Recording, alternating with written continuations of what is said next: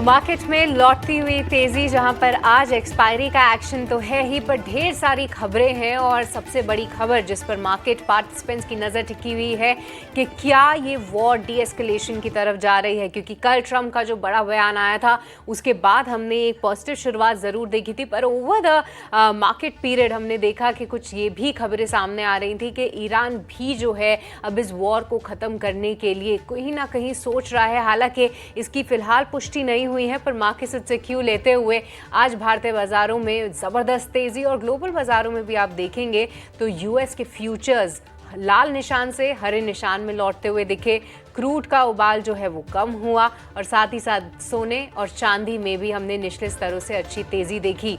तो ऐसे में सवाल ये है कि क्या करना चाहिए, क्योंकि अभी एक्सपायरी का एक्शन बाकी है, अभी 1.5 घंटे क्या होनी चाहिए आपकी रणनीति, यही सब समझेंगे हमारे इस शो क्लोजिंग कॉल में। मैं हूँ सृष्टि शर्मा, और कुछ ही देर में हमारे तमाम एक्सपर्ट्स जो हैं हमारे साथ मौजूद ज़रूर होंगे।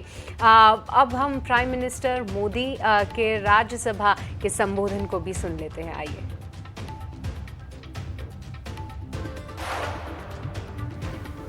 दुनिया के अनेक जहाज फंसे हैं, उनमें बहुत बड़ी संख्या में भारतीय क्रू मेंबर्स हैं। ये भी भारत के लिए एक बड़ी चिंता का विषय है। ऐसी विकट परिस्थिति में आवश्यक है कि भारत की संसद के इस उच्च सदन से शांति और संवाद की एकजुट आवाज पूरे विश्व में जाए।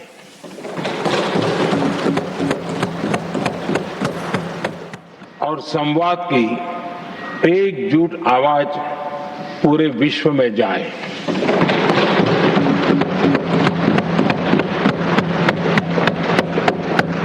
सभापति जी, युद्ध की शुरुआत के बाद से मैंने पश्चिम एशिया के ज्यादातर देशों के राष्ट्राध्यक्षों के साथ 2 राउंड फोन पर बात की है। हम गल्फ के सभी देशों के साथ लगातार संपर्क में हैं। हम ईरान, इजराइल और अमेरिका के साथ भी संपर्क में हैं। हमारा लक्ष्य डायलॉग और डिप्लोमेसी के माध्यम से क्षेत्र में शांति की बहाली का है। हमने डी एस्केलेशन और हॉर्मुज स्ट्रेट खोले जाने पर भी उनसे बात की है। कमर्शियल जहाजों पर हमला और हॉर्मुज स्ट्रेट जैसे अंतर्राष्ट्रीय जलमार्ग में रुकावट अस्वीकार्य है। भारत ने नागरिकों पर, सिविल इंफ्रास्ट्रक्चर पर, एनर्जी और ट्रांसपोर्ट से जुड़े इंफ्रास्ट्रक्चर पर हमलों का विरोध किया है। भारत डिप्लोमेसी के जरिए युद्ध के इस माहौल में भी भारतीय जहाजों के सुरक्षित आवागमन के लिए सतत प्रयास कर रहा है।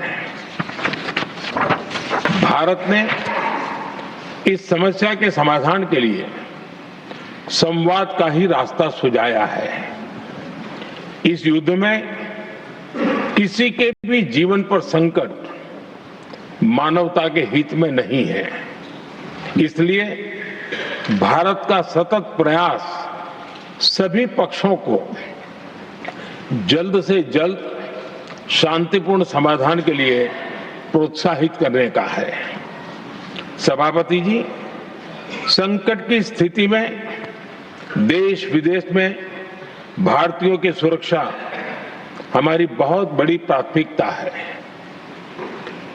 युद्ध शुरू होने के बाद से लेकर अब तक 3,75,000 से अधिक भारतीय सुरक्षित भारत लौट चुके हैं।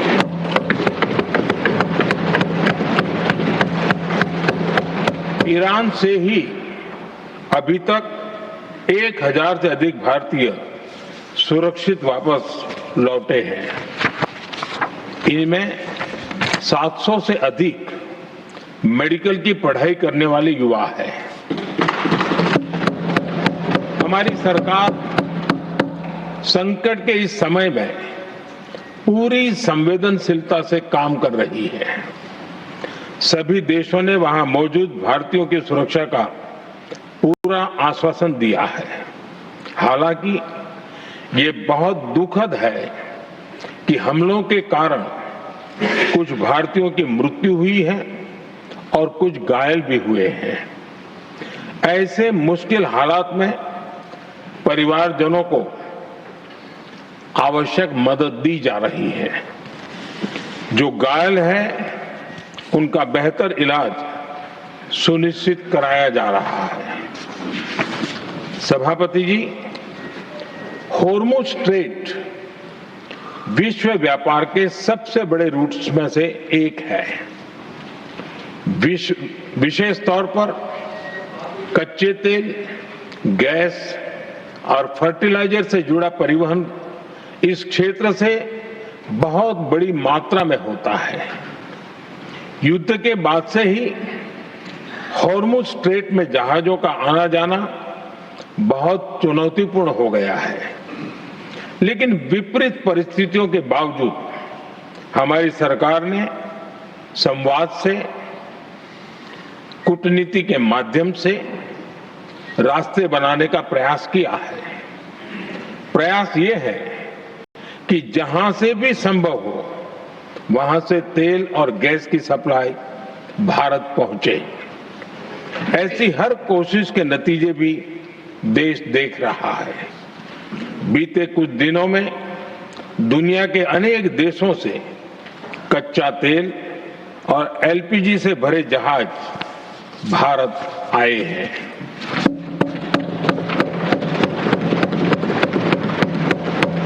इस दिशा में हमारे प्रयास आने वाले दिनों में भी जारी रहेंगे।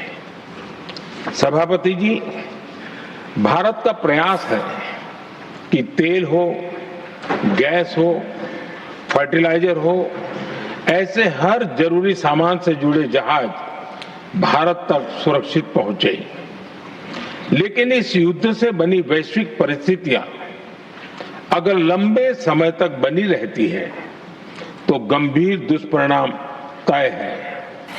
इसलिए भारत ने अपनी रेजिलियंस बढ़ाने के लिए जो भी प्रयास बीते वर्षों में किए हैं, उनको और गति दे रहा है। सभापति जी, कोई भी संकट हो, वो हमारे हौसलों और हमारे प्रयास दोनों की परीक्षा लेता है। देश ऐसे संकटों का बेहतर तरीके से सामना कर सके, इसके लिए बीते 11 वर्षों में निरंतर निर्णय लिए गए हैं। एनर्जी इंपोर्ट का डाइवर्सिफिकेशन ऐसे ही प्रयासों का हिस्सा है। पहले क्रूड ऑयल, एलएनजी, एलपीजी ऐसी एनर्जी जरूरतों के लिए 27 देशों से इंपोर्ट किया जाता था। वहीं आज भारत 41 देशों से एनर्जी इंपोर्ट करता है। बीते दशक में भारत ने संकट के ऐसे ही समय के लिए कच्चे तेल के भंडारण को भी प्राथमिकता दी है। हमारी तेल कंपनियां संकट के समय के लिए काफी मात्रा में पेट्रोल और डीजल का भंडार रखती हैं। बीते 11 वर्षों में 53 लाख मीट्रिक टन से अधिक का स्ट्रेटेजिक पेट्रोलियम रिजर्व भी डेवलप किया गया है और 65 लाख मीट्रिक टन से अधिक के रिजर्व की व्यवस्था पर देश काम कर रहा है। साथ ही बीते दशक में भारत की रिफाइनिंग कैपेसिटी भी अच्छी खासी बढ़ाई गई है। मैं आपके माध्यम से सदन को और देश को ये आश्वासन देना चाहता हूं कि भारत के पास क्रूड ऑयल के पर्याप्त स्टोरेज के और निरंतर सप्लाई की व्यवस्थाएं है। सभापति जी, हमारी सरकार की कोशिश है कि ईंधन के किसी एक ही स्रोत पर ज्यादा निर्भरता न रहे। सरकार घरेलू गैस सप्लाई में एलपीजी के अलावा पीएनजी पर भी बल दे रही है। बीते दशक में देश में पीएनजी कनेक्शन पर अभूतपूर्व काम हुआ है। बीते दिनों में इस काम को और तेज किया गया है। साथ ही एलपीजी के घरेलू उत्पादन को भी बड़े पैमाने पर बढ़ाने का प्रयास किया जा रहा है। सभापति जी, बीते वर्षों में सरकार का निरंतर प्रयास रहा है कि हर सेक्टर में दूसरे देशों पर निर्भरता कम से कम हो। हम ज्यादा से ज्यादा आत्मनिर्भर हो, यही एकमात्र विकल्प है। जैसे भारत का 90% से अधिक ट्रेड विदेशी जहाजों पर होता है। ये स्थिति किसी भी वैश्विक संकट में भारत की स्थिति को और भी गंभीर बना देती है। इसलिए सरकार ने मेड इन इंडिया जहाज बनाने के लिए करीब 70,000 करोड़ रुपए का अभियान शुरू किया। भारत आज ship building, ship breaking, maintenance and overhauling ऐसी हर सुविधा के निर्माण पर तेज गति से काम कर रहा है। भारत अपने डिफेंस सेक्टर को भी अधिक रेजिलिएंट बना रहा है।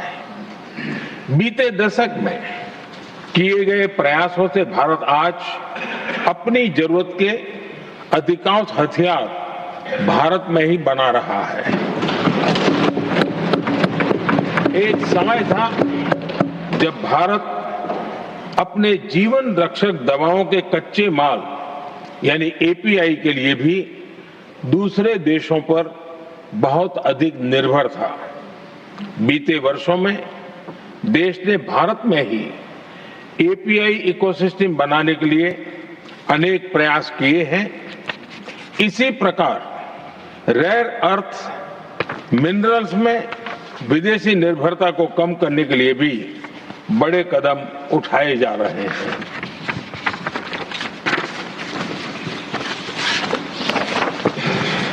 आदरणीय सभापति जी, वर्तमान संकट ने पूरी दुनिया की इकोनॉमी को हिला दिया है। अभी तक पश्चिम एशिया में जो नुकसान हुआ है उससे रिकवर होने में भी दुनिया को बहुत समय लगेगा। भारत पर इसका कम से कम दुष्प्रभाव हो, इसके लिए निरंतर प्रयास किए जा रहे हैं। हमारी इकोनॉमी के फंडामेंटल्स मजबूत हैं और सरकार पल पल बदलते हालात पर नजर रखे हुए है। सरकार इसके शॉर्ट टर्म, मीडियम टर्म और लॉन्ग टर्म ऐसे हर प्रभाव के लिए एक रणनीति के साथ काम कर रही है। भारत सरकार ने एक इंटर मिनिस्ट्रियल ग्रुप भी बनाया है। ये ग्रुप नियमित मिलता है और हमारे इंपोर्ट एक्सपोर्ट में आने वाली हर दिक्कत का आकलन करता है और ये ग्रुप आवश्यक समाधान पर भी निरंतर काम करता रहा है।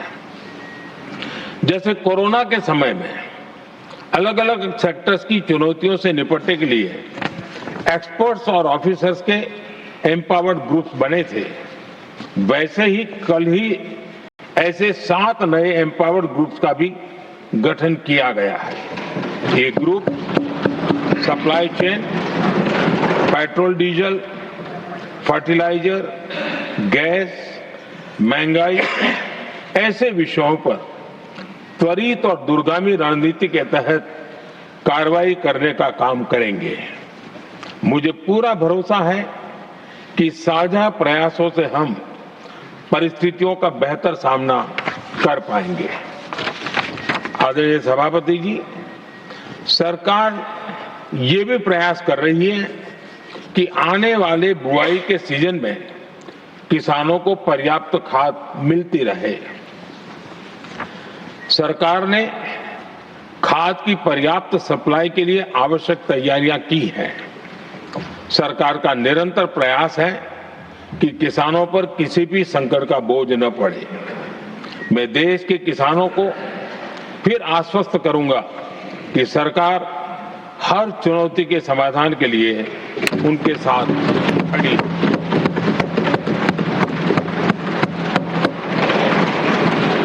आदरणीय सभापति जी, ये राज्यों का सदन है। आने वाले समय में ये संकट हमारे देश की बड़ी परीक्षा लेने वाला है और इस परीक्षा में सफलता के लिए राज्यों का सहयोग बहुत आवश्यक है। इसलिए इस सदन के माध्यम से मैं देश के सभी राज्यों की सरकारों से भी कुछ आग्रह करना चाहता हूं। संकट के समय गरीबों पर, श्रमिकों पर, प्रवासी साथियों पर बहुत बुरा असर पड़ता है। इसलिए पीएम गरीब कल्याण अन्न योजना का लाभ समय पर मिलता रहे, ये सुनिश्चित करना होगा। जहां प्रवासी श्रमिक साथी काम करते हैं, उनकी परेशानियों को दूर करने के लिए प्रोएक्टिव कदम उठाए जाएं। ऐसी स्थितियों पर नजर रखने के लिए राज्य सरकारें विशेष व्यवस्थाएं करें तो इससे काफी सुविधा होगी। राज्य सरकारों को एक और चुनौती पर भी बहुत अधिक ध्यान देना होगा। ऐसे समय में कालाबाजारी करने वाले, जमाखोरी करने वाले बहुत एक्टिव हो जाते हैं। जहां से भी ऐसी शिकायतें आती हैं, वहां त्वरित कार्रवाई होनी चाहिए। जरूरी चीजों की सप्लाई निर्बाध चलती रहे, ये सुनिश्चित करना हर राज्य की प्राथमिकता होनी चाहिए। आदरणीय सभापति जी, मैं सभी राज्य सरकारों से एक अनुरोध और करना चाहता हूं। संकट चाहे कितना भी बड़ा हो, भारत की तेज ग्रोथ बनाए रखना हम सभी का दायित्व है। हमें इसके लिए हर जरूरी कदम, हर जरूरी रिफॉर्म्स तेजी से करते रहने होंगे। ये राज्य सरकारों के पास बहुत बड़ा अवसर भी है। ये टीम इंडिया की भी बहुत बड़ी परीक्षा है। कोरोना के महासंकट में केंद्र और राज्यों ने टीम इंडिया बनकर कोविड मैनेजमेंट का एक बेहतरीन मॉडल सामने रखा था। अलग अलग पॉलिटिकल पार्टीज की सरकारें होने के बावजूद टेस्टिंग, वैक्सीनेशन से लेकर जरूरी चीजों की आपूर्ति टीम इंडिया के प्रयासों से ही सुनिश्चित हो पाई थी। हमें उसी भावना के साथ आगे भी काम करना है। सभी राज्य सरकारों और केंद्र सरकार के प्रयासों से देश इस गंभीर वैश्विक संकट का प्रभावी रूप से सामना कर पाएगा। आदरणीय सभापति जी, ये संकट अलग प्रकार का है और इसके समाधान भी अलग प्रकार से ही तय किए जा रहे हैं। हमें धीरज के साथ, संयम के साथ, शांत मन से हर चुनौती का मुकाबला करना है। आदरणीय सभापति जी, जैसा कि हम देख रहे हैं कि इस युद्ध को लेकर पल पल में हालात बदल रहे हैं, इसलिए मैं देशवासियों से भी कहूंगा कि हमें हर चुनौती के लिए तैयार रहना ही होगा। इस युद्ध के दुष्प्रभाव लंबे समय तक रहने की प्रबल आशंका है, लेकिन मैं देशवासियों को भरोसा देता हूं, सरकार सतर्क है, तत्पर है और पूरी गंभीरता से रणनीति बना रही है, हर निर्णय ले रही है। देश की जनता का हित हमारे लिए सर्वोपरि है। यही हमारी पहचान है, यही हमारी ताकत है। इसी भावना के साथ मैं अपना वक्तव्य समाप्त करता हूं। बहुत बहुत धन्यवाद। तो हम सुन रहे थे प्रधानमंत्री नरेंद्र मोदी का संबोधन राज्यसभा में जो है वो बता रहे थे कि किस तरीके से जो वेस्ट एशिया क्राइसिस है उनका इम्पैक्ट किस तरीके से हम फिलहाल आते हुए देख रहे हैं। और जो संदेश था वो साफ था कि अभी कई सारी मिनिस्ट्रीज और कई सारी दिन प्रतिदिन जो हैं डेवलपमेंट्स हो रहे हैं। लगातार मिनिस्ट्रीज जो हैं इस बात पर चिंतन कर रही हैं कि किस तरीके से इस क्राइसिस से निपटा जाए। अभी हमारी निर्भरता जो है इंपोर्ट पर, एलपीजी के इंपोर्ट पर खास तौर से काफ़ी ज़्यादा है और ऐसे में हम कैसे वो स्टेप्स उठाएं कि हमारा एनर्जी इंपोर्ट कम हो, यही सबसे बड़ा फोकस एरिया है भारत के लिए। और कहीं ना कहीं उन्होंने इस बात का ये भी जिक्र किया कि अभी फ़िलहाल जो सिचुएशन है उसको जो है वो काफ़ी रोज़ की तरफ से जो है कहीं ना कहीं उसको मॉनिटर कर रहे हैं और ऐसे में आगे की स्ट्रैटेजी कैसे डिफाइन करें वही भारत के लिए प्रायोरिटी बनती हुई दिख रही है। तो आप देखिए मार्केट्स पे अगर हम एक बार इसका इम्पैक्ट देखें तो ऊपरी स्तरों से थोड़े से हल्के ज़रूर हुए हैं, बट आज जिस तरीके की तेज़ी और जिस तरीके से ग्लोबल सेटअप है उससे आप ज़्यादा कंप्लेन नहीं कर सकते। आइए चलिए हमारे एक्सपर्ट्स का भी रुख करते हैं, उनका भी स्वागत करते हैं और उनसे समझते हैं कि क्या है फ़िलहाल इंडेक्स पे रणनीति। हमारे साथ फ़िलहाल दो खास मेहमान हैं, रुचित जैन और साथ ही साथ लक्ष्मीकांत शुक्ला जी हमारे साथ मौजूद हैं। वेरी गुड आफ्टरनून आप दोनों को ही। तो देखिए अभी हम सुन रहे थे प्रधानमंत्री मोदी को भी, जहां पर उनका कहना था कि सिचुएशन जो है वो थोड़ी सी नाजुक ज़रूर है। ऐसे में जो ग्लोबल क्यूज़ हैं वो थोड़े से पॉजिटिव ज़रूर हैं। तो रुचित, आपसे समझना चाहेंगे इंडेक्स पे क्या होनी चाहिए स्ट्रैटेजी, क्योंकि काफ़ी वॉलेटाइल ट्रेडिंग सेशन आज के सत्र में हमने फिर से देखा और आज एक्सपायरी भी है, तो उसको लेकर क्या कुछ एक्शन आप देख रहे हैं? जी very good afternoon.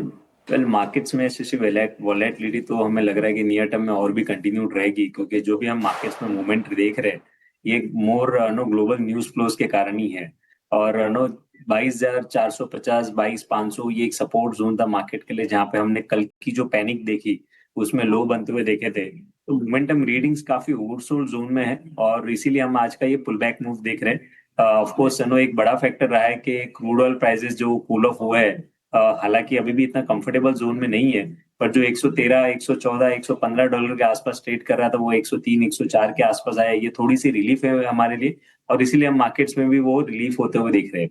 But mainly जो बड़े फैक्टर्स जो हमने देखे हैं पिछले कुछ दिनों में जिसके कारण ये पूरा मार्केट में करेक्शन आया है, एक तो जो ग्लोबल जियोपॉलिटिकल टेंशन है वॉर को लेके, ये वेस्ट एशिया के वॉर को लेके। सेकेंडली एफआईएस की सेलिंग जो काफी कंसिस्टेंट रही है। इनफैक्ट ये महीने में जो पूरे महीने में लगभग 88,000 करोड़ के ऊपर के फिगर्स जो आए हैं, अगर आप देखेंगे तो पिछले 10 महीने से वो नेट सेलर्स रहे, बट किसी भी महीने में इतना बड़ा सेलिंग फिगर नहीं रहा है। सो आई थिंक एफआईएस की सेलिंग भी एक बड़ी कंसर्न है।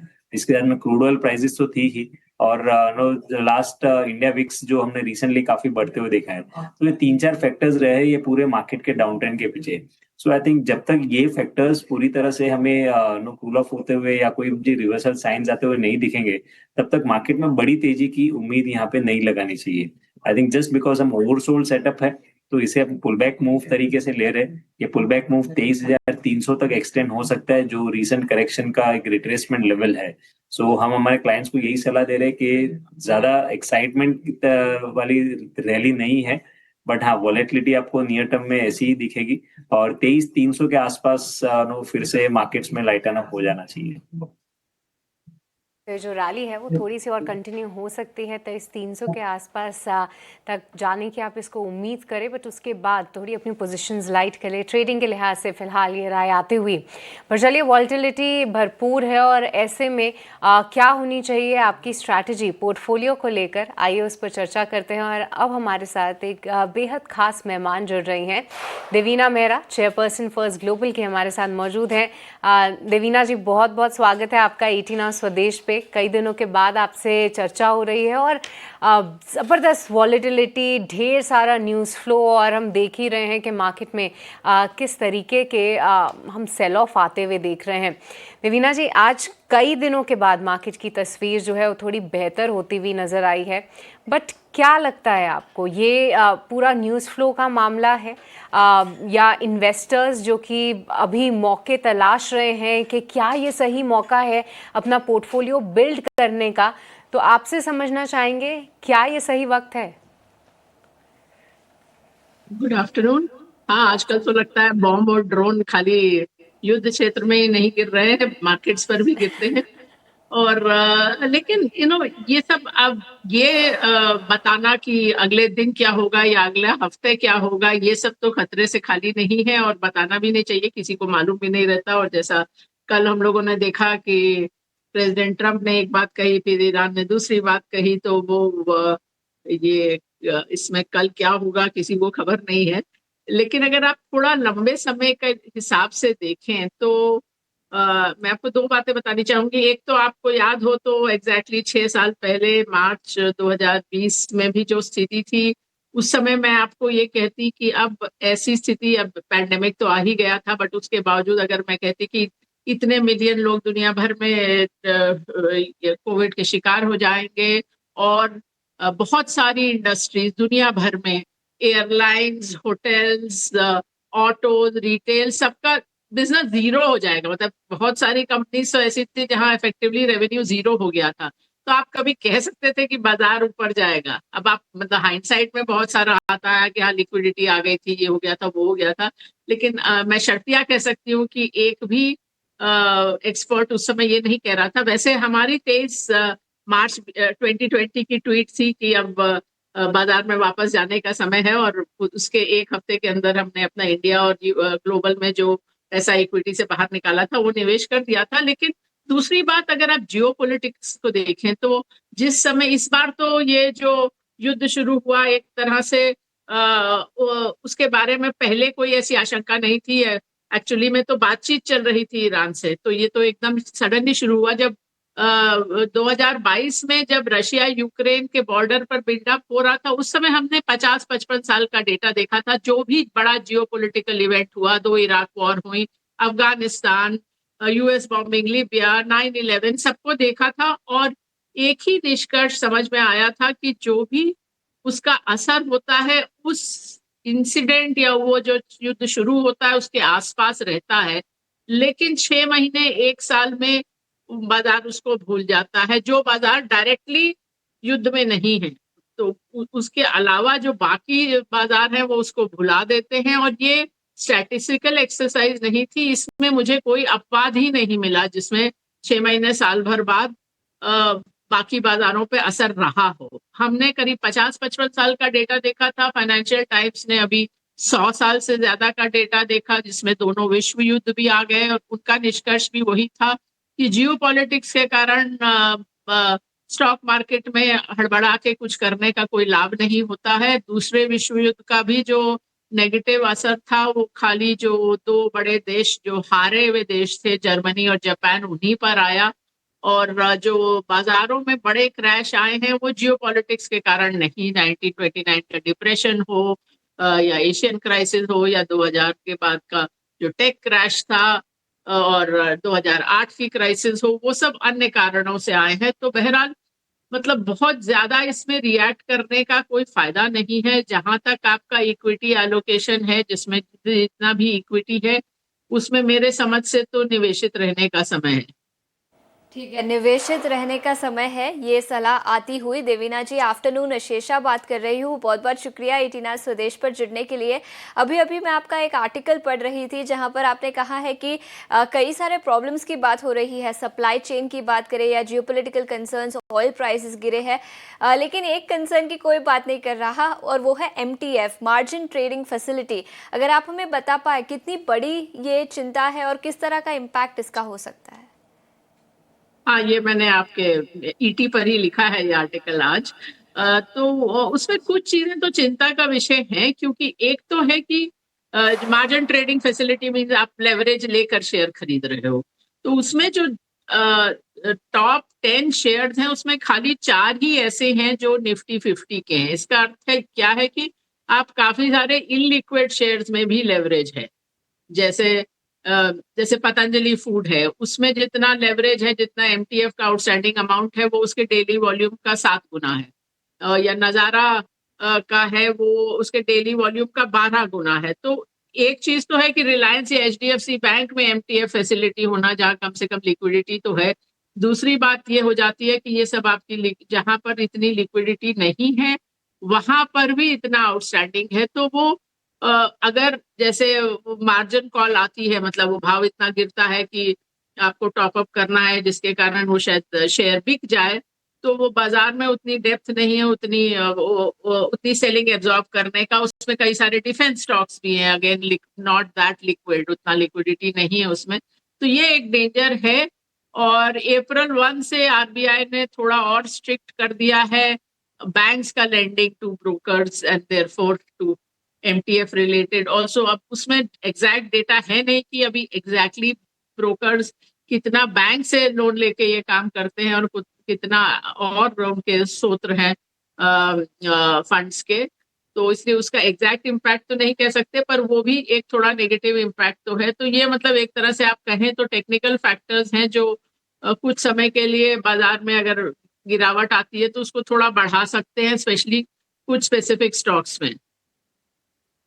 ऑलराइट देवीना जी, हम आपसे अब ये भी समझना चाहेंगे, देखिए आप कई बार इस चीज़ का जिक्र करती हैं कि बाज़ार में आपको इन्वेस्टेड रहना ही चाहिए, और आपने एक और थ्योरी बताई थी कि अगर आप बीएसई सेंसेक्स के लॉन्ग टर्म रिटर्न्स को देखें और अगर आपने वो 10 अहम दिन मिस कर दिए तो आपके लॉन्ग टर्म रिटर्न्स को जो है एक बड़ा इम्पैक्ट होता है।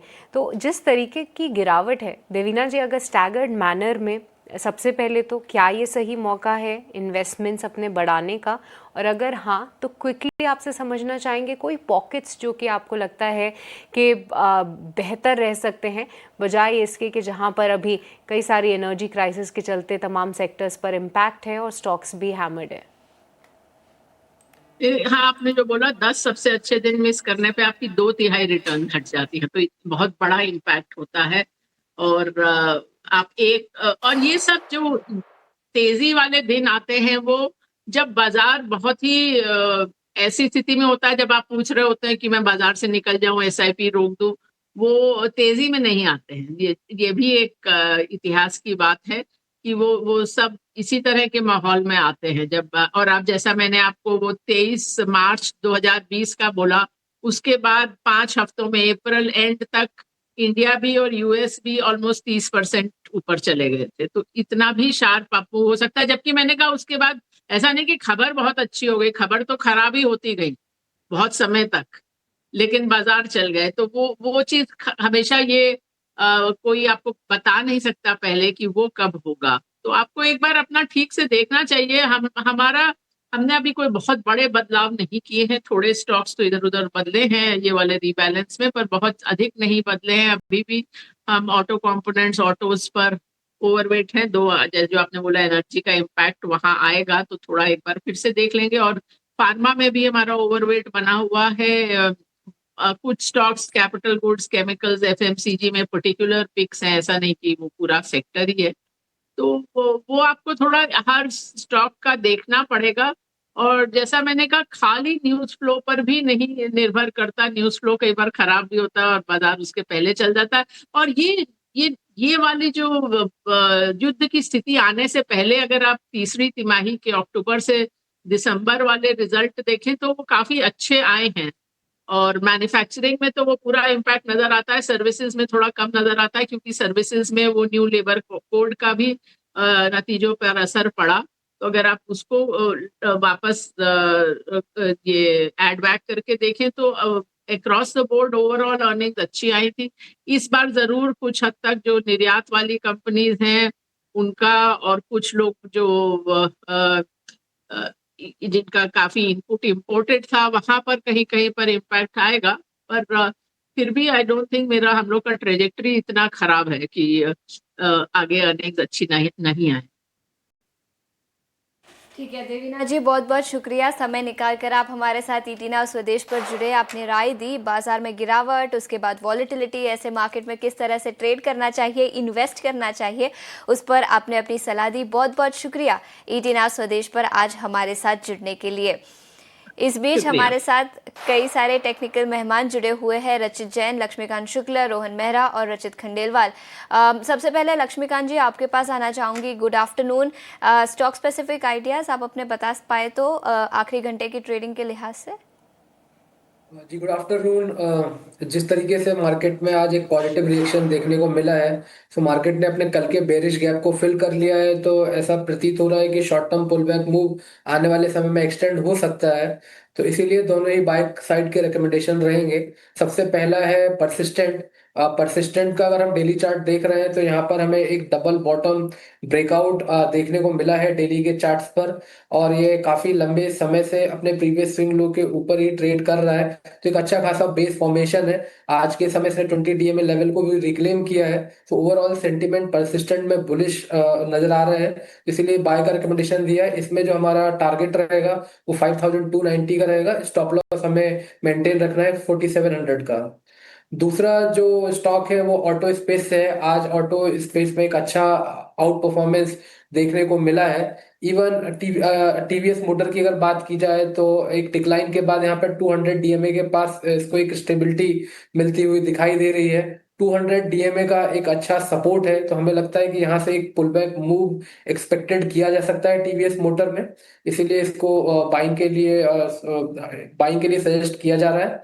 तो इसको हमें बाय करना है, करंट लेवल्स पे बाय कर सकते हैं इसको, और इसमें हमें स्टॉप लॉस रखना है 3380 का, और स्टॉप टारगेट हमारा रहेगा 3650 का। ठीक है, तो टीवीएस मोटर पर खरीदारी की राय 3650 के स्टॉप टारगेट के साथ 3380 का स्टॉप लॉस बनाने की सलाह। तो लक्ष्मीकांत जी से कुछ स्टॉक स्पेसिफिक आइडियाज़ आते हुए लास्ट के 1 घंटे की ट्रेडिंग के लिए। इस बीच रुचित, मैं आपके पास भी आना चाहूँगी, आपके क्लोजिंग ट्रेड्स कौन से होंगे आज? जी फिलहाल क्योंकि एक पुल बैक ट्रेड ही है, हम मानो ज़्यादा बड़ी तेज़ी के माहौल में अब तक नहीं है, सो मेरा एक ही कॉल रहेगा आज, और वो है टीसीएस में खरीदारी की सलाह। तो आइडियली जस्ट एक आईटी स्पेस पे एक पुल बैक मूव है, और आप लास्ट 2-3 दिनों में भी देखेंगे तो जो मार्केट में करेक्शन रही है उसमें आईटी एक ऐसा सेक्टर है जिसमें गिरावट काफी कम रही है, mainly because stocks already corrected है लास्ट 2-2.5 महीने से। मोमेंटम रीडिंग्स थोड़े ओवरसोल्ड जोन में है, सो यहाँ से एक पुल बैक एक्सपेक्टेशंस है आईटी स्पेस में। टीसीएस करंट लेवल्स पे स्टॉक अपने सपोर्ट के आसपास ट्रेड कर रहा है, और आरएसआई काफी ओवरसोल्ड है, तो रिस्क रिवॉर्ड रेशियो यहाँ पे फेवरेबल है। तो 2330 के नीचे स्टॉप लॉस रख के टीसीएस में खरीदारी करने की सलाह रहेगी, और 2490 2500 के टारगेट रेंज स्टॉक के लिए रहेंगे। ठीक है, तो ये कुछ स्टॉक स्पेसिफिक आइडियाज़ आते हुए हमारे मेहमानों से एक छोटे से ब्रेक के लिए रुकेंगे, लेकिन ब्रेक के बाद कई सारे बजिंग स्टॉक्स पर चर्चा करेंगे। बीटीएसटी और एसटीबीटी ट्रेड्स भी हम आपके लिए लेकर आएंगे।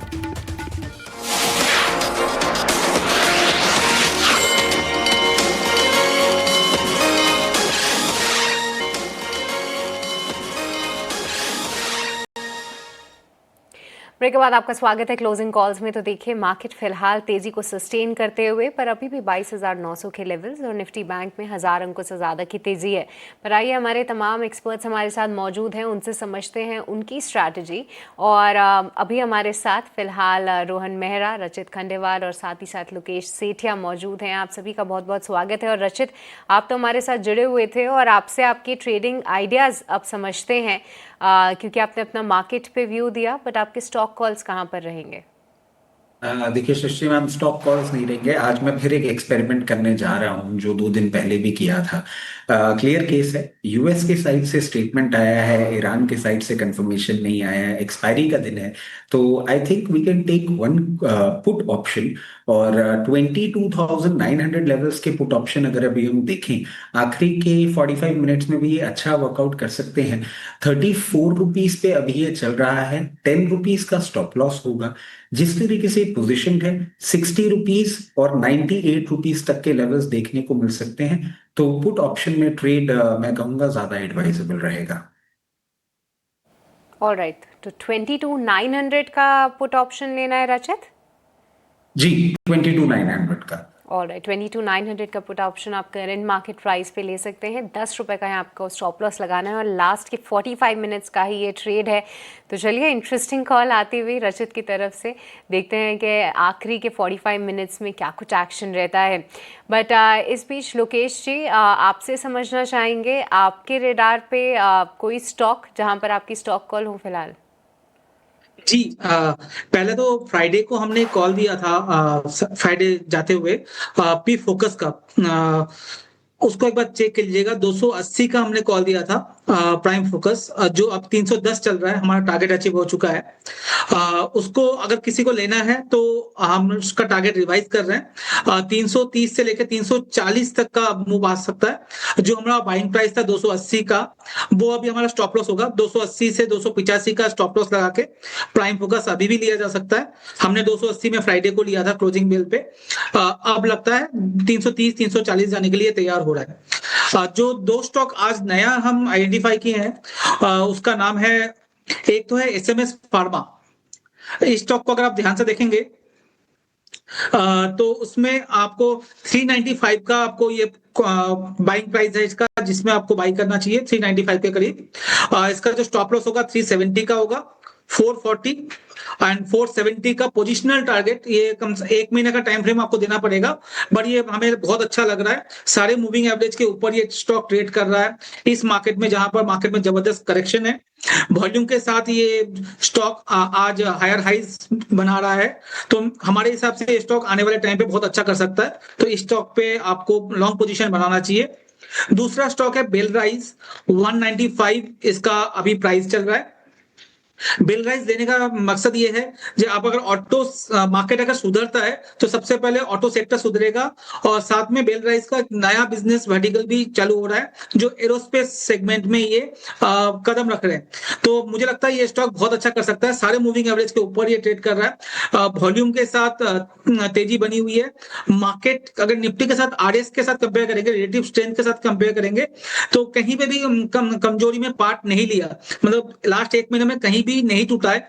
195 के करीब ये चल रहा है, बेलराइज की मैं बात कर रहा हूं। तो ये स्टॉक मुझे लगता है 425 लेके 245 से लेके 260 तक का मूव आपको बेलराइज में आते हुए दिख सकता है। ठीक है, तो ये नज़रिया बेलराइज और इसके अलावा कई सारे और स्टॉक्स और सेक्टर्स पर हमने चर्चा की, लेकिन इस बीच रोहन, मैं आपके पास भी आना चाहूँगी। फंडामेंटल सेटअप देखें तो आपका क्या व्यू होगा मार्केट पर? क्या आपको लगता है कि अगर लॉन्ग टर्म के लिए निवेश करना हो तो ये सही समय होगा? बॉटम फिश करने की सलाह तो नहीं होगी, लेकिन लग रहा है कि जियोपॉलिटिकल फ्रंट पर शायद अभी कुछ पॉजिटिव खबर अगले कुछ दिनों में आ सकती है। तो fundamentally long term investment perspective से क्या ये सही समय होगा? हाय, गुड आफ्टरनून एवरीवन। देखो, एक चीज मैं बताना चाहता हूँ कि लास्ट 45 इयर्स ऑफ मार्केट्स में एवरेजली एवरी ईयर मार्केट 10% से ज्यादा टूटा है कहीं से भी लेके। तो ये कोई नया चीज नहीं है, हर बार रीजंस कुछ अलग होते हैं, ये बार रीजन कुछ अलग है। Coming back to your question, is that the good time? I think so. The best time to invest in market is जब मार्केट 10% कंसिस्टेंट लेवल पे गिरता है। पर यहाँ पे the main trick is that कि जब यहाँ से रिकवरी आएगी, कब आएगी? Market already is corrected nearly 12.5 13%। जब रिकवरी आएगी तब जो हीरोज होंगे वो चेंज हो जाएंगे, और यहाँ पे सबसे ज्यादा अपॉर्चुनिटी रहती है कि हीरोज जो नए हैं, जो नया सेक्टर टर्न अराउंड हो जाएगा, नए स्टॉक्स आ जाएंगे। हमको यहाँ से लग रहा है कि फार्मा, हेल्थ केयर और स्पेशलिटी केमिकल, ये 3 सेक्टर बहुत बड़ा टर्न अराउंड हो जाएंगे, जहां पे एक तकरीबन 1.5 से 2 साल, ज्यादा साल से एक कंसोलिडेशन हो रहा है। सो वी शुड फॉरगेट कि पास्ट कौन सी कंपनी ने पैसा बनाया है, and we should now focus on to new heroes. I think so market अपने आप में कवर हो जाएगा, वो कब होगा वो नहीं पता है, पर या it is a great opportunity for new investments. Opportunity for new investment, ये राय आती हुई रोहन जी से। एक छोटे से ब्रेक के लिए रुकेंगे, लेकिन ब्रेक के बाद कई और स्टॉक्स और सेक्टर्स पर चर्चा करेंगे। बने रहिए हमारे साथ।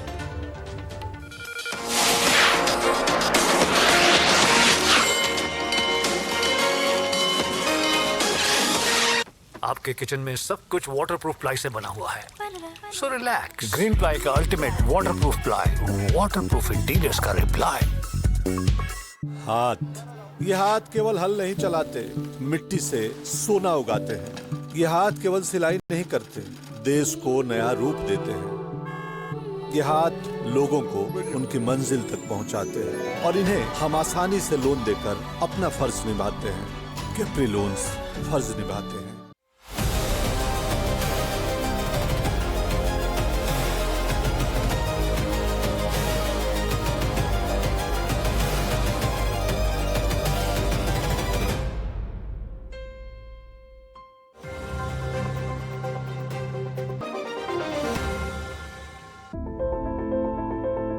नवनिर्माण के 9 वर्षों में उत्तर प्रदेश सरकार ने महिलाओं की सुरक्षा, सशक्तिकरण और स्वावलंबन को दी प्राथमिकता और मजबूती। स्नातक और प्रास्नातक में मेरिटोरियस बेटियों को हम स्कूटी भी उपलब्ध करवाएंगे, उनको और पढ़ने के लिए आगे बढ़ाने के लिए। स्वयं सेवी समूह की 1 करोड़ 10 लाख से अधिक महिलाएं प्रदेश में आजीविका दीदी के रूप में उद्यमी बनकर कर रही हैं कार्य। आर्थिक जो समस्याएं हैं घर की थी वो ज्यादा ठीक नहीं थी।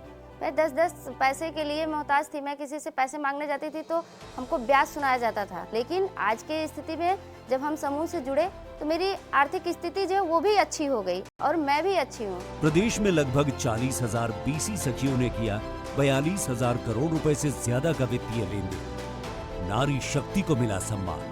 ये है नए उत्तर प्रदेश की पहचान। सशक्त नारी, समृद्ध उत्तर प्रदेश। बुलंदियों के आगे आसमान और भी है, दिल में ख्वाहिशों के फरमान और भी है। जीत ली है दुनिया पर कुछ और अब भी बाकी है। जब दिल में हो आगे बढ़ने का जज्बा तो रास्तों की क्या जरूरत जो हमारी उड़ान को रोक सके। Roll camera and action. BKT tyres, elevate your drive.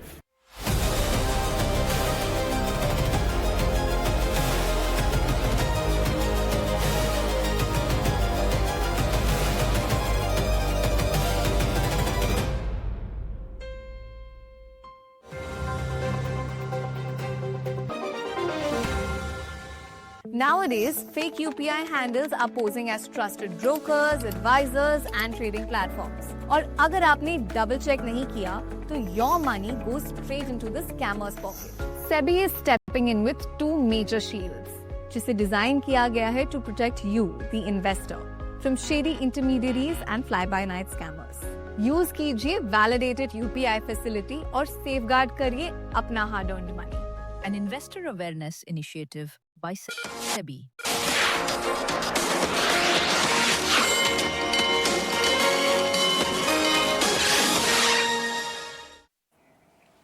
Break के बाद आपका फिर से एक बार स्वागत है 18 स्वदेश पर। निफ्टी अब करीब 380 अंकों की तेजी के साथ 22,900 के आसपास कारोबार करता हुआ केवल 100 पॉइंट दूर है अब 23,000 लेवल से।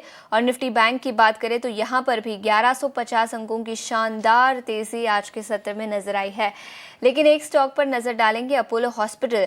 सिटी ने एशिया के उनके पोर्टफोलियो में स्टॉक को ऐड किया। खरीदारी की टारगेट प्राइस भी बढ़ाया है स्टॉक पर। अपोलो हॉस्पिटल में अच्छी खासी तेजी इस रिपोर्ट के दम पर देखने को मिली है। 3.5% की तेजी के साथ स्टॉक कारोबार करता हुआ। तो सिटी का क्या कहना है और उन्होंने अपना टारगेट प्राइस क्यों बढ़ाया है, ये बताने के लिए अब हमारे साथ मिताली जुड़ चुकी है। मिताली, बताएं क्या है सिटी का कहना। आज अपोलो हॉस्पिटल्स में अच्छा मोमेंटम देखने को मिल रहा है क्योंकि सिटी ने अपोलो हॉस्पिटल्स को अपनी पैन एशिया फोकस लिस्ट में ऐड कर दिया है। टारगेट प्राइस करीबन 9600 रुपीज़ का दिया है, यानी कल की क्लोजिंग से देखें तो करीबन 50% का अपसाइड पोटेंशियल यहाँ पे सिटी को नज़र आ रहा है। ब्रोकरेज के हिसाब से अपोलो हॉस्पिटल्स इंडिया के हॉस्पिटल स्पेस में काफ़ी अच्छे से प्लेस्ड है। टॉप पिक है सिटी की क्योंकि कंपनी का जो कोर हॉस्पिटल बिजनेस है वो स्ट्रक्चरली काफ़ी स्ट्रॉन्ग नज़र आ रहा है और स्टेबिलिटी भी अच्छी देखने को मिल रही है। साथ ही इनका जो फार्मेसी सेगमेंट है वो भी काफ़ी तेज़ी से आगे बढ़ रहा है और डिजिटल बिजनेस में प्रॉफिटेबिलिटी का क्लियर पाथवे यहाँ पे नज़र आ रहा है। वैल्यूएशंस की अगर आप बात करें तो स्टॉक अभी भी अपने लॉन्ग टर्म एवरेजेस के कंपैरिजन में रिलेटिवली अट्रैक्टिव पोजीशन पे है। हालांकि ईवी एबिटा जो मल्टीपल है 28 टाइम्स वो काफ़ी ज़्यादा है, लेकिन जो इनका मार्जिन एक्सपेंशन है वो इसे जस्टिफाई करता हुआ नज़र आ रहा है। तो ओवरऑल जो इंडियन हॉस्पिटल सेक्टर है, सिटी का कहना है कि वहाँ पे आउटलुक काफ़ी स्टेबल है, क्योंकि डिमांड हाई है और जो ऑर्गेनाइज सेक्टर में हेल्थ केयर का पेनिट्रेशन है वो काफ़ी लोअर एंड पर है अभी भी, जो आगे जाके ग्रोथ के लिए एक अच्छा स्ट्रॉन्ग रनवे बनता हुआ नज़र आ सकता है। ठीक है, तो अपोलो हॉस्पिटल्स पर ये सिटी की रिपोर्ट, जिसके चलते स्टॉक में 3.5% की तेजी आज के सत्र में नजर आई है। लेकिन रचित, आपसे टेक्निकल नजरिया भी इस स्टॉक पर लेना चाहूंगी। अपोलो हॉस्पिटल 7,400 के आसपास स्टॉक अभी कारोबार करता हुआ, क्या व्यू होगा और क्या आपको लगता है कि खरीदारी के मौके इन लेवल्स पर बनेंगे इस स्टॉक में? देखिए बिल्कुल, इसने अपना 200 डे मूविंग एवरेज अभी ब्रीच किया है। 50 डे जो मूविंग एवरेज है उसके आसपास होवर कर रहा है। इन लेवल्स पे अच्छा लगता है ये। और जिस तरीके से पोजीशन है, हो सकता है आने वाले दिनों में आपको वापस 7800 के लेवल्स भी देखने को मिल जाए। बट एक इसमें स्टॉप लॉस जरूर सुझाना चाहेंगे। किसी भी मार्केट वॉलेटिलिटी के चलते अगर आपको ये 7200 के लेवल्स पे आता हुआ दिखे तो एक बार अपना स्टॉप लॉस ट्रिगर करा के एग्जिट करना भी जरूरी है। ऑलराइट, तो चलिए अपोलो हॉस्पिटल्स पे एक बार राय। बट इस बीच आज देखें कई सारे दिग्गज काउंटर्स थोड़े बहुत रीबाउंड ज़रूर कर रहे हैं। और लोकेश जी, एक बार बजाज फाइनेंस पे आपका व्यू, क्योंकि आज सुबह से ही 4% ऊपर है, बट कहीं ना कहीं ये एक बीटन डाउन नेम अब ज़रूर बन चुका है। कैसे देख रहे हैं आप बजाज फाइनेंस की चाल? शॉर्ट कवरिंग रैली दिख रही है, तो इसको अगर प्ले करना है तो किया जा सकता है। स्टॉप लॉस होगा 825 का और 880 के टारगेट के लिए प्ले किया जा सकता है। बट स्टॉप लॉस बहुत इंपॉर्टेंट है इस मार्केट में, तो ये जरूर याद रखें, बहुत इंपॉर्टेंट है। चलिए यहाँ पर शॉर्ट कवरिंग रैली के चलते एक अच्छा मूव हम ज़रूर देख रहे हैं, बट स्टॉप लॉसेस का ध्यान आप ज़रूर रखिए। बट रोहन, आज फिर से जितनी भी फूड डिलीवरी प्लेटफॉर्म कंपनीज़ हैं उनमें एक अच्छा एक्शन है, और जो उनके सरचार्ज लगाए जा रहे थे वहाँ पर जो है उन्होंने एक बढ़त ज़रूर की है। डिलीवरी प्लेटफॉर्म्स में स्विगी आप देख लीजिए या फिर एटर्नल में तो 4% के मूव्स आते हुए दिख रहे हैं। रोहन, इन स्तरों पर एटर्नल या स्विगी क्या प्रेफरेंस होगी आपकी? आई थिंक सो अभी दोनों में एक भी प्रेफरेंस नहीं होगी। Looking forward for the things what is happening currently, दोनों बहुत निम्बल टाइम है। अगर यहाँ से कुछ हो जाता है डिलीवरी में, पेट्रोल फ्यूल कंजम्पशन प्रॉब्लम में, तो it really effects very badly. और सामने क्वार्टर रिजल्ट्स भी देखना बहुत जरूरी है। सो दोनों के पॉइंट ऑफ व्यू से दोनों as of now wait and watch रहेगा। में ही इन्वेस्टमेंट करने की जल्दबाजी आप ना करें। अवॉइड की कैटेगरी में स्विगी और एटर्नल दोनों ही, और ये तब है जब दोनों में हम ऑलरेडी काफ़ी करेक्शन देख चुके हैं। पर रोहन का कहना है नियर टर्म कंसर्न्स अभी भी जारी हैं। पर चलिए इसी के साथ फिलहाल वक्त तो चला एक छोटे से ब्रेक का, आप कहीं मजा आएगा। ब्रेक के उस पार हमारे एक्सपर्ट से उनके और भी ट्रेडिंग आइडिया समझेंगे, बने रहिए।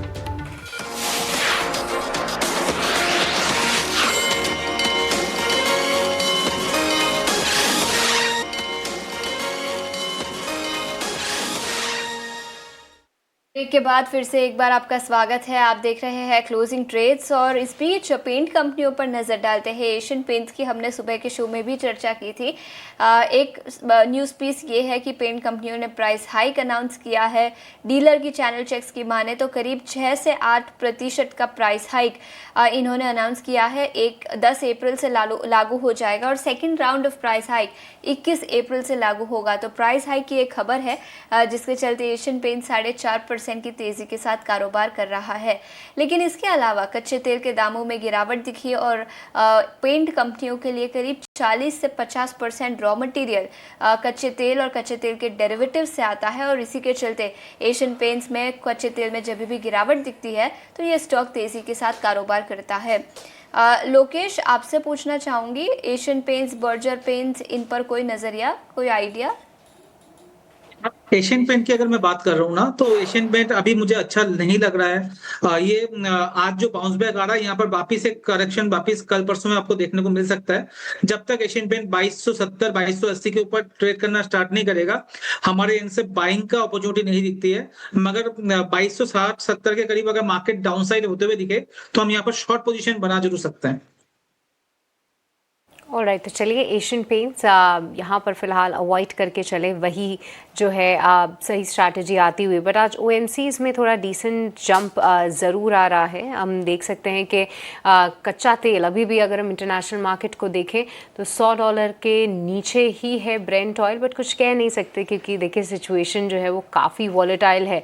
बट रोहन, क्या ओएमसीज इतनी भारी पिटाई के बाद यहाँ पर क्या एक इन्वेस्टमेंट करनी चाहिए या फिर अभी इस ट्रेड से भी बचना चाहिए? आई थिंक सो पूरा जो सेगमेंट है उसमें आउट परफॉर्मर देखना बहुत जरूरी है, और ये सब जो स्टॉक्स टूटे हैं जैसे ओएनजीसी है तो वहां पे एक्यूमुलेशन जोन रख सकते हैं बिकॉज बहुत टाइम से जुड़े टूटे हैं, पर number wise things are not looking very good honestly. तो वहां पे जब हमको अच्छी कंपनीज मिल रही है तो फिर ये कंपनीज ये सेगमेंट में for a short term trade may be yes, but for a long term investment no. OMCs आज एक अच्छा जंप तो ज़रूर दिख रहा है, कहीं ना कहीं देखते हैं कि कितना सस्टेन होता है, बट सस्टेन होगा इसकी जो गुंजाइश है वो थोड़ी सी कम ज़रूर है। बट इसी खेमे से सुप्रीम पेट्रो ये लगभग 9% की तेज़ी दिखा रहा है। और रचित, एक बार आपसे व्यू लेना चाहूँगी क्योंकि हाल फिलहाल बड़े मूव्स इस काउंटर ने ज़रूर दिखाए हैं, बट क्या वॉल्यूम बैक्ड मूव लग रहा है आपको ये? क्लियर केस है, बड़े मूव जरूर दिखाए हैं, बट ऐसे स्लाइड पार्टिसिपेशन से क्या ट्रेंड चेंजिंग सिचुएशन होती हुई दिखेगी ऐसा कहना थोड़ा सा मुश्किल है। जिस तरीके से पोजीशन है हायर लेवल पे जरूर हमको एक बार थोड़ी सी प्रॉफिट बुकिंग करके जानी चाहिए। वापस हो सकता है आपको ये अराउंड 624 या 600 लेवल्स पे भी आता हुआ दिखे। ऑलराइट, तो चलिए सुप्रीम पेट्रो ऊपरी स्तरों में थोड़ा सा सतर्क ज़रूर हो जाना चाहिए क्योंकि जी हाँ, ये काउंटर में भी एक भारी बिकवाली हुई है। 880 के लेवल्स के भी ऊपर हमने इसको जाते हुए देखा था और उसके बाद एकाएक करेक्शन इसमें हावी हुआ है। पर रचित, जिस तरीके से हम देख रहे हैं कि क्रूड में थोड़ी सी नरमी आई है, बेस मेटल कमोडिटीज़ ऊपर जा रहे हैं, तो क्या यहाँ पे मेटल काउंटर्स को फिर से एक बार रीलुक करना चाहिए या अभी उनको भी अवॉइड करके चले? देखिए क्लियर केस है मैम। हम एक चीज पूरे टाइम अगर याद रखें कि एनर्जी क्राइसिस अभी भी स्टेबल नहीं हो रही है।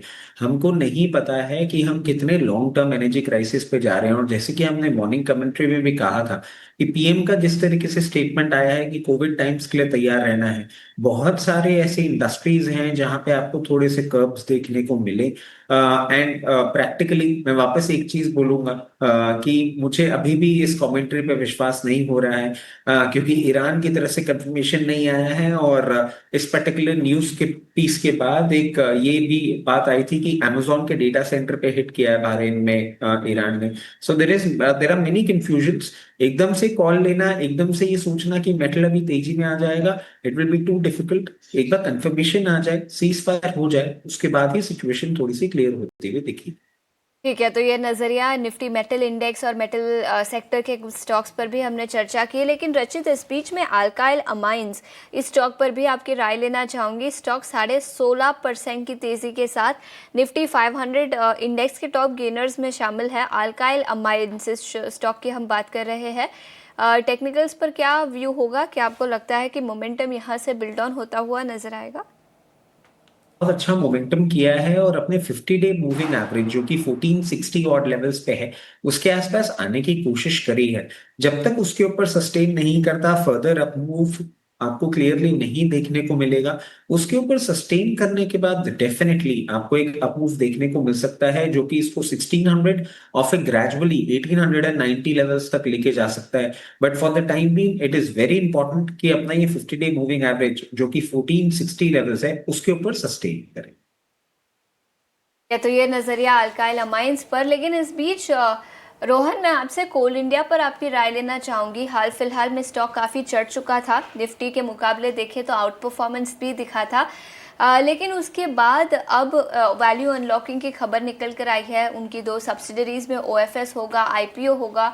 क्या आपको लगता है कि वैल्यू अनलॉकिंग का जो मेजर प्ले था वो अब ख़त्म हो चुका है और अब स्टॉक में ज़्यादा अपमूव नहीं दिखेगा? और फंडामेंटली देखें तो कोल इंडिया और उनकी सब्सिडरीज जो अभी लिस्ट होगी उन पर आपकी क्या व्यू होगी?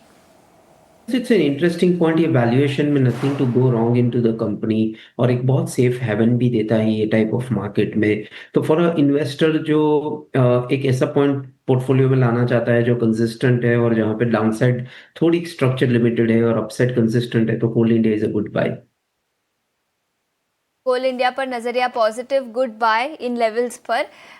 लेकिन इस बीच टेक्निकल पर भी बात कर लेते हैं। लोकेश, क्या राय होगी आपकी कोल इंडिया पर? 440 के आसपास स्टॉक अभी कारोबार करता हुआ।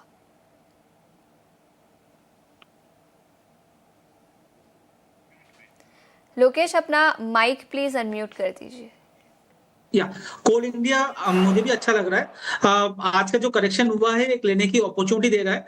इसका बहुत अच्छा सपोर्ट जोन 433 के करीब है, तो 433 432 का स्टॉप लॉस लगा के यहाँ पर बाई किया जा सकता है। वापिस 460 470 के टारगेट के लिए काफी बेहतरीन चार्ट पैटर्न है। पोजिशनली बहुत अच्छा अपमूव भी दिखा रहा है। आज का करेक्शन एक लेने की अपॉर्चुनिटी। तो चलिए, कोल इंडिया आज का करेक्शन जो है वो एक लेने की अपॉर्चुनिटी है। इन लेवल्स को ध्यान में ज़रूर रखेंगे।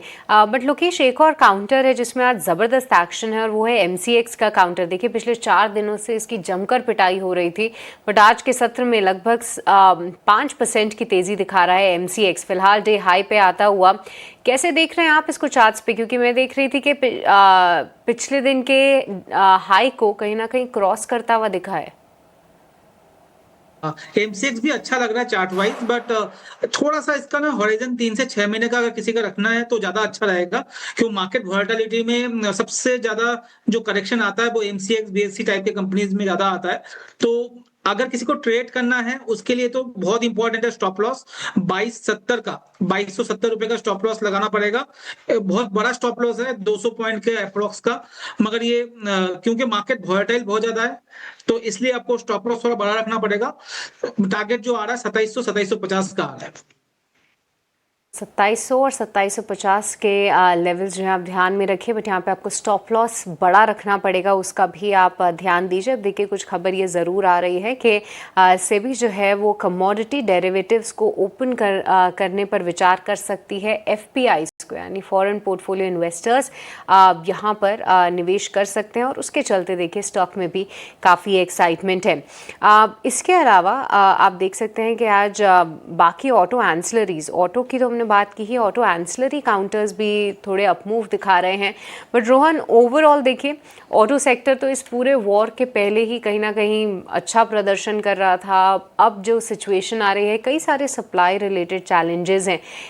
जिस तरीके से पूरा न्यूज़ फ्लो आ जाता है, फिर उस पर डिमांड कंसर्न्स भी खड़े हो जाते हैं कि क्या ऐसी वॉर टाइप सिचुएशन में लोग परचेस करेंगे भी या नहीं करेंगे। और अब तो कंपनीज और भी दाम बढ़ा रही हैं। ऐसे में आपके लिए क्या आउटलुक है फिलहाल ऑटो सेक्टर के लिए, और क्या ऑटो एंसिलरी प्लेस बेटर हैं ऑटो OEMs के? तो मुझे से लग रहा है कि ऑटो में जो स्टोरी थी, I think so 2.5 years we have seen very consistent growth in auto. मुझे लग रहा है कि कहीं ना कहीं ये स्टोरी अभी थोड़ा कंसोलिडेशन ये वैल्यूएशन पे करनी चाहिए। कमिंग फैक्टर इन पे ऑटो एंसिलरीज भी काफी कंपनी बहुत स्टॉक स्पेसिफिक है, जिसने ग्रोथ किया जिसने नहीं ग्रोथ किया, पर वो पॉइंट पे हमको लग रहा है कि यहाँ पे भी इतनी बड़ी आउट परफॉर्मेंस नेक्स्ट 1-2 साल में ऐसा लग नहीं रहा है। So on that factor auto ancillary would be hold, not buy from our side. नजरिया संवर्धना मदरसन पर। लेकिन इस बीच शिल्पा मेडिकेयर स्टॉक पर भी रचित मैं आपकी राय लेना चाहूँगी। 8.5%, 9 से 9.5% की तेज़ी के साथ ब्रॉडर मार्केट इंडेक्स के टॉप गेनर्स में ये स्टॉक शामिल है। शिल्पा मेडिकेयर स्टॉक की हम बात कर रहे हैं। रचित, क्या व्यू होगा आपका इस स्टॉक पर? इसने भी आज एक अच्छा वॉल्यूम बेस्ड मूव दिखाया है और 200 डे मूविंग एवरेज जो है इसका 348 का, उसके ऊपर सस्टेन अगर ये करता है तो फर्दर आपको अपमूव देखने को मिल सकता है, जो कि इसको 398 लेवल्स तक लेके चला जाए एंड इवेंचुअली 460 लेवल्स। बट उसके लिए बहुत जरूरी होगा कि अपने 200 डे मूविंग एवरेज ब्रीच करें, और जिनके पास पोजीशन है वो एक स्टॉप लॉस लगा के चले 318 का, क्योंकि जैसे ही ये 50 डे मूविंग एवरेज अगर ब्रीच करता है, मार्केट थोड़ा डाइसी होता है उस कंडीशन में, तो फिर एक डाउन साइड जा सकता है। बट अभी ये एक अपसाइड मूव के लिए ही अपने आप को पोजिशन शिल्पा मेडिकेयर पर ये राय 9.5% की तेजी के साथ स्टॉक अभी 340 के लेवल्स के आसपास कारोबार करता हुआ। लेकिन इस बीच गुजरात गैस इस स्टॉक पर भी नजर डालेंगे। 330 के लेवल्स के आसपास बाजार में तेजी, लेकिन इसके बावजूद ये स्टॉक करीब 2% की गिरावट के साथ अभी ट्रेड कर रहा है 330 के लेवल्स के आसपास गुजरात गैस। लोकेश, टेक्निकली आपका क्या व्यू होगा इस काउंटर पर? बहुत ही खराब है, बैलेंस शीट भी ज्यादा अच्छा नहीं है इसका, तो गुजरात गैस प्योरली अवॉइड करें तो ज्यादा अच्छा है। अगर किसी के पास है तो निकलने की कोशिश करें हर अपमूव में, और मैक्सिमम आप 320 का स्टॉप लॉस लगा लें। अगर वो भी टूटता है तो 300 रुपए और 280 रुपए तक ये स्टॉक आ सकता है, तो उसके हिसाब से आप अपना ट्रेड प्लान करें। मुझे डाउन साइड ज्यादा दिख रहा है, ना कि अप साइड।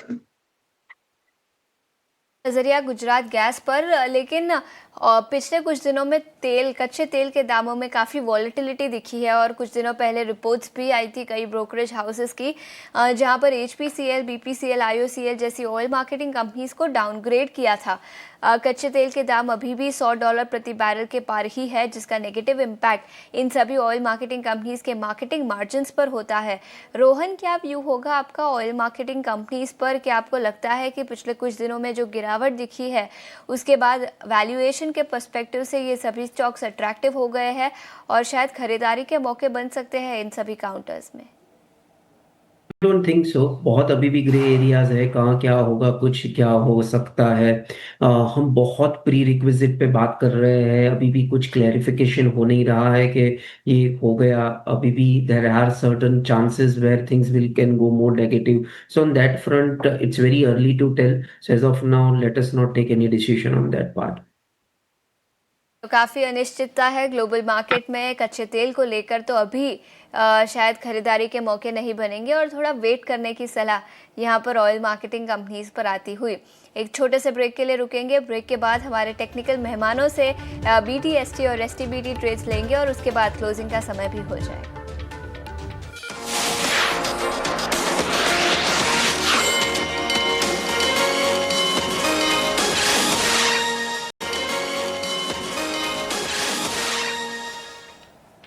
ब्रेक के बाद आपका स्वागत है क्लोजिंग कॉल में। तो देखिए, मार्केट में अभी भी तेजी कहीं ना कहीं सस्टेन्ड है। एक्सपायरी से रिलेटेड एक्शन तो हमने ऑलरेडी देख ही लिया, किस तरीके से रिकवरी आई और न्यूज़ फ्लो भी भरपूर था।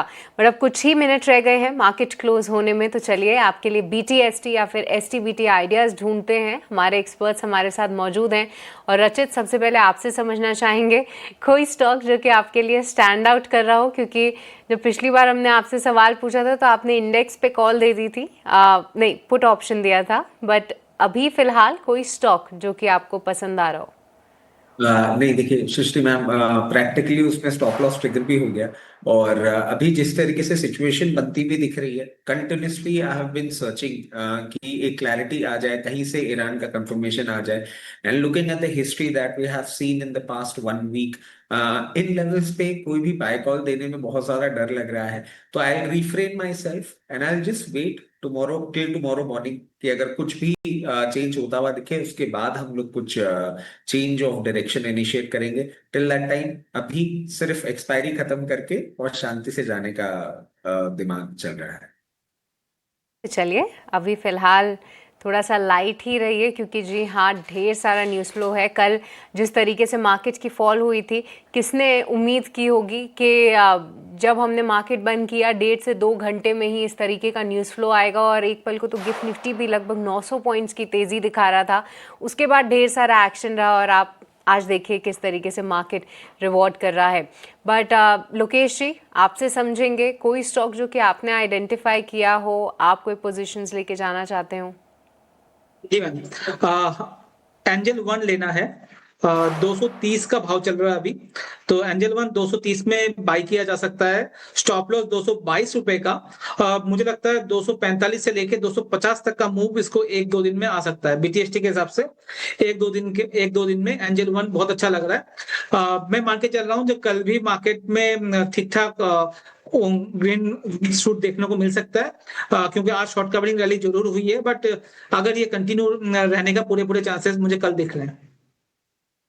राइट, तो आज जिस तरीके की रैली है थोड़ी कंटिन्यूड रह सकती है और एंजल वन यहाँ पर खरीदारी की राय लगभग 4.5% की ऑलरेडी तेज़ी है, पर यहाँ पर भरोसा कायम है। और हाल फिलहाल ये पर्टिकुलर काउंटर में भी हमने एक बड़ा सेल ऑफ आते हुए देखा है। बट आज इंडो काउंट का शेयर ये देखिए लगभग 10% के अपर सर्किट पे लॉक्ड है और लगातार ये काउंटर में जो है हमने तेज़ी देखी है। अब देखिए आज की जो न्यूज़ फ्लो थी कहीं ना कहीं जो एक्सपोर्टर्स के लिए जिस तरीके की राहत या फिर सपोर्ट सरकार करती थी उसमें जो है उन्होंने फिर से एक्शन लिया है। और एक्सपोर्टर्स के लिए एक राहत की बात है जहां पर रोड टेप टैक्स जो है उन्होंने फिर से उसको लेकर एक्शन दिखाया है। इंडो काउंट की हम बात कर रहे हैं। एक बार लोकेश जी, इंडो काउंट पर आपका नज़रिया, किस तरीके से वॉल्यूम्स आए और क्या लगता है कि आज तो देखिए यहाँ पर ट्रेड ले नहीं सकते हैं, बट आगे के लिए जो अब आउटलुक है वो पॉजिटिव नज़र आ रहा है? आउटलुक पॉजिटिव है, बट अभी कोई भी एक्सपोर्ट वाली कंपनी इसको थोड़ा सा अवॉइड करके चलेंगे तो ज्यादा अच्छा रहेगा। पर स्पेशली मैं इंडो काउंट की अगर बात करें ना तो आपको देखने को मिलेगा अप्रैल 2025, 8 सितंबर 2025, देन 19 जनवरी 2026 और नाउ एक ही रेंज से वापिस से बार बार घूम के जाता है। मतलब जहां पर अभी है यहाँ से ही इसका बाउंस बैक आता है। मगर अभी क्योंकि एक्सपोर्ट ओरिएंटेड कंपनीज में थोड़ा सा रिस्क ज्यादा है तो मैं इसको अवॉइड करके चलने की बात करूंगा। तो चलिए इंडो काउंट थोड़ा सा बच के ही रहे। और कहीं ना कहीं हम देख भी रहे हैं कि जिस तरीके से मूव्स हैं वो सस्टेन नहीं हो रहे हैं और वही जो है सबसे बड़ा ट्रिगर पॉइंट है। इसके अलावा एक स्टॉक है रचित, इस पे आपका व्यू चाहिए। देखिए लिंडे इंडिया, अब हाल फिलहाल जिस तरीके से गैस की शॉर्टेजेस हो रही थी, लिंडे इंडिया का कहीं ना कहीं हीलियम में एक्सपोजर था और उसी थीम के चलते आई थिंक इतना बढ़िया मोमेंटम और आप देख लीजिए मूव हमने आते हुए देखा है। अब कहीं ना कहीं स्टॉक अपने मई 2025 के हाइस को अप्रोच करने की तैयारी कर रहा है और मल्टीपल टाइम फ्रेम्स में पॉजिटिव रिटर्न है। अब कैसे देख रहे हैं आप इस मूवमेंट को रचित? देखिए ये मूवमेंट अभी कंटिन्यू रह सकता है बहुत कंफर्टेबली। एक हल्का सा सप्लाई जोन जरूर आपको देखने को मिल सकता है एट अराउंड 75-20 लेवल्स, बट मेरे को नहीं लगता वो सप्लाई इसके अपमूव को कहीं भी खराब करेगा। जिस तरीके से पोजीशन है बहुत जल्दी आपको ये 8300 के लेवल्स भी दिखा सकता है, बट यहाँ पे फ्रेश पोजीशन थोड़ा सा I am holding my self from advising fresh positions. और क्योंकि इतना मूव कर चुका है, स्टॉप लॉस भी थोड़ा सा नीचे आ रहा है, तो रिस्क रिवॉर्ड बहुत ज्यादा फेवरेबल नहीं है। जिन्होंने लोअर लेवल पे ले रखा है 6600 के स्टॉप लॉस के साथ अपनी पोजीशन को कंटिन्यू कर सकते हैं। तो ये कुछ लेवल्स जहां पर आपको अपनी नज़र रखनी चाहिए लिंडे इंडिया के लिए। लेकिन इस बीच फूड डिलीवरी प्लेटफॉर्म्स पर नज़र डालते हैं और स्विगी की राह पर जोमेटो की राह पर स्विगी, ये दोनों फूड डिलीवरी कंपनियां ना सिर्फ एक दूसरे की कॉम्पिटिटर है बल्कि प्लेटफॉर्म फीस में भी तगड़ा मुकाबला करती हुई नज़र आ रही है। जोमेटो के बाद आज स्विगी ने भी प्लेटफॉर्म फीस बढ़ाने का ऐलान कर दिया है। इस पर रिसर्च लेकर स्नेही शाह हमारी सहयोगी अब हमारे साथ जुड़ चुकी है। स्नेही, बताए क्या है पूरी खबर और इसके चलते कंपनी के एबिटा और कंपनी के प्रॉफिटेबिलिटी पर किस तरह का इम्पैक्ट होगा? जी बिल्कुल, तो अगर हम पिछले शुक्रवार के बारे में बात करें तो तब जोमेटो ने अपनी प्लेटफॉर्म फ़ी हाइक अनाउंसमेंट की थी।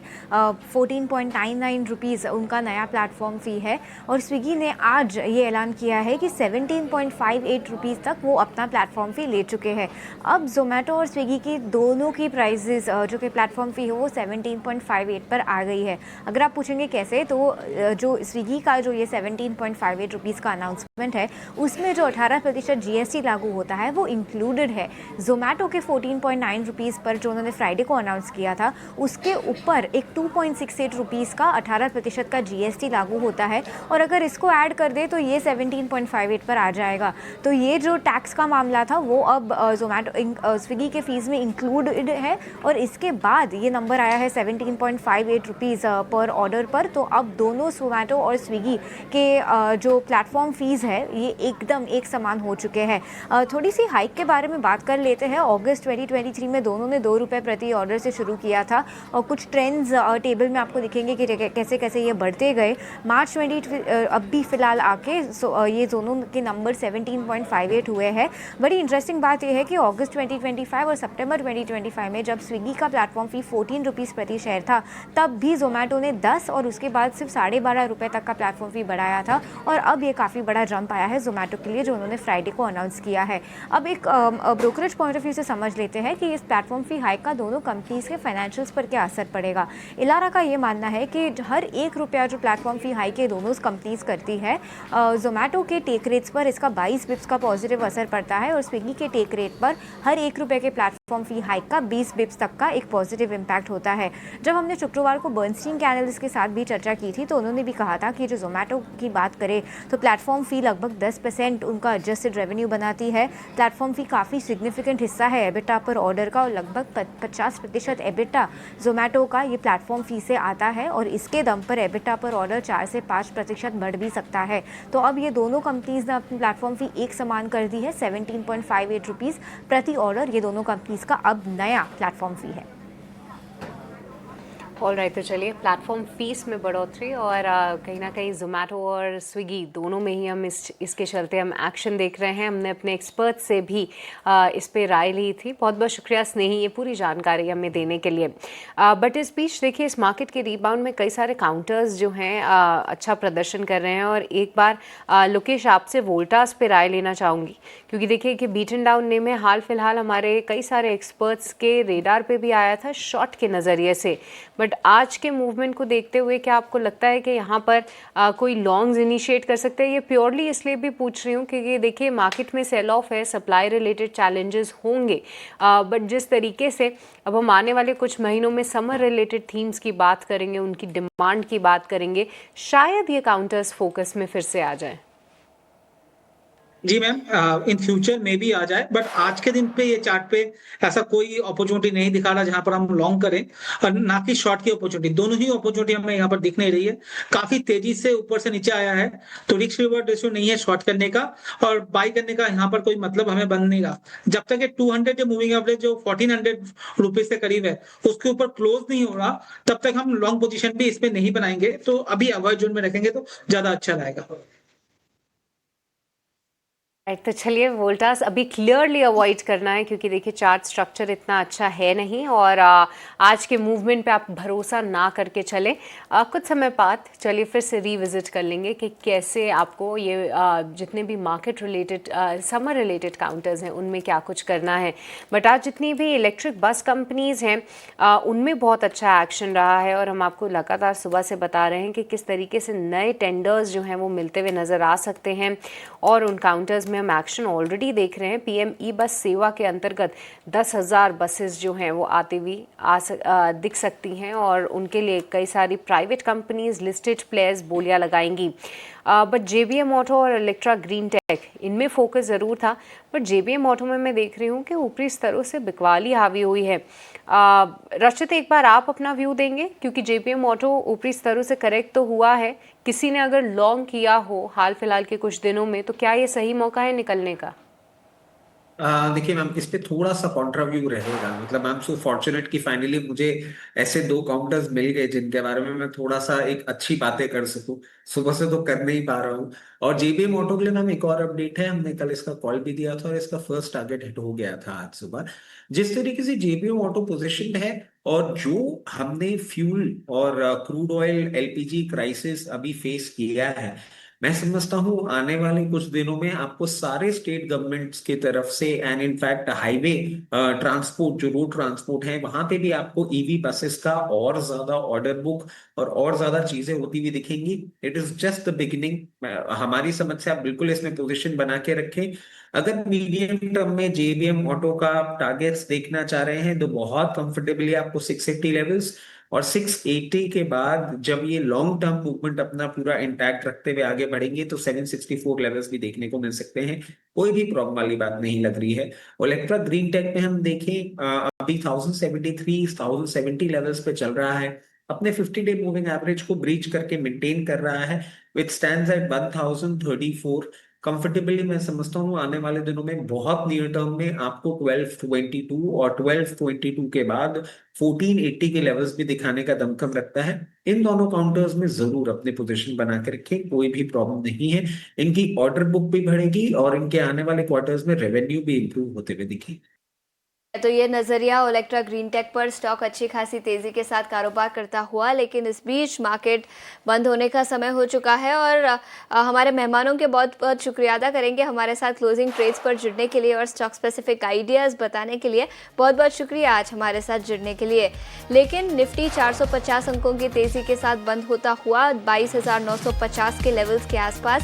निफ्टी बैंक भी 1290 अंकों की तेजी के साथ 52,735 के लेवल्स के आसपास। तो अच्छी खासी तेजी निफ्टी और बैंक निफ्टी इंडिसेस पर नजर आई। इंडिविजुअल स्टॉक्स की बात करें तो इंटरग्लोब एविएशन 5.5% की तेजी के साथ निफ्टी के टॉप गेनर्स में शामिल।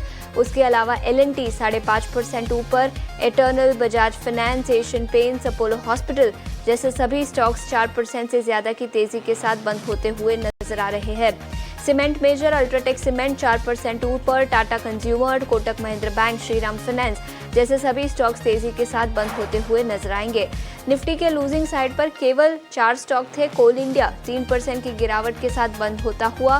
पावर ग्रिड, अदानी एंटरप्राइजेस, सन फार्मा और सिप्ला ये कुछ चुनिंदा निफ्टी 50 काउंटर्स हैं जहां पर आज के सत्र में गिरावट नजर आई। ई बस कंपनियों पर आज फोकस था, जिसके चलते ओलेक्ट्रा ग्रीन टेक और JBM ऑटो जैसे दोनों ही स्टॉक्स तेजी के साथ बंद हुए। 5 से 7% की तेजी ओलेक्ट्रा ग्रीन टेक और इसी के साथ JBM ऑटो पर दिखी। कल्पतरु प्रोजेक्ट्स को नया ऑर्डर मिला, जिसके चलते स्टॉक करीब 3 से 4% की तेजी के साथ बंद हुआ।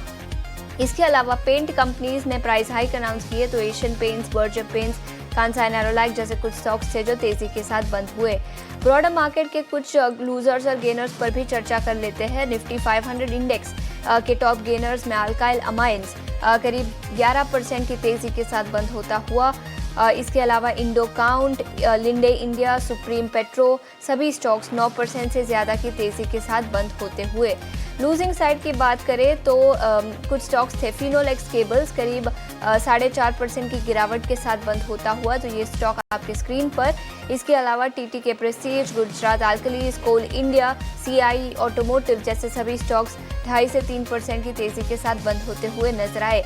तो हाँ, कई सारे इंडिविजुअल स्टॉक्स थे, इंडिविजुअल सेक्टर्स थे जहां पर काफ़ी एक्शन दिखा, लेकिन इंडेक्स लेवल पर काफ़ी अच्छा एक्शन नजर आया, जहां पर निफ्टी 450 अंकों की तेजी के साथ 23,000 के पास बंद होता हुआ और निफ्टी बैंक 1300 अंकों की शानदार तेजी के साथ आज के सत्र में 52,750 के लेवल्स के आसपास बंद हुआ।